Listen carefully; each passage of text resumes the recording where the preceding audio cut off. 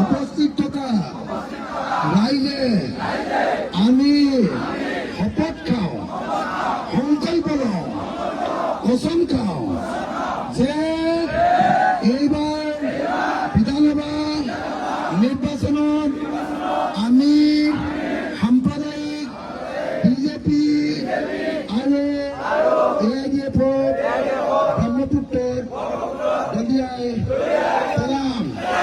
আমি কোনোপধ্যে NDA-ক ভোট নিদিওঁ, অসম গণ পৰিষদকো ভোট নিদিওঁ। এইবাৰ পূব কলপাৰা সমষ্টিত আমি আব্দুল ৰছিদ মণ্ডলক চিলিণ্ডাৰ চিনত